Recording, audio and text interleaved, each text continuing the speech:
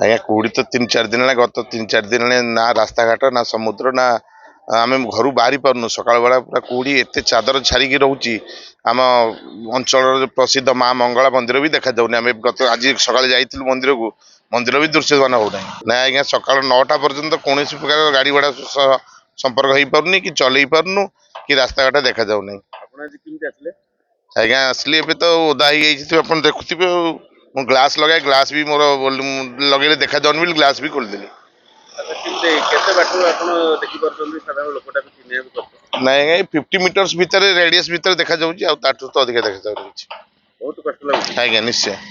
ଘରୁ ଆଜ୍ଞା ବାହାରି ହଉନି, ଗାଡ଼ି ମଟର ଚଲେଇ ହଉନି, ଗାଡ଼ି ମୁହଁକୁ ମୁହଁ ଦିଶୁନି, ଏମିତି ପ୍ରକାର ଉଣ୍ଡାଳି ଉଣ୍ଡାଳି ଯାଉଛୁ ଆଜ୍ଞା। କ'ଣ କରିବୁ ଆଜ୍ଞା, ଏମିତି ଆଉ ଆଜ୍ଞା।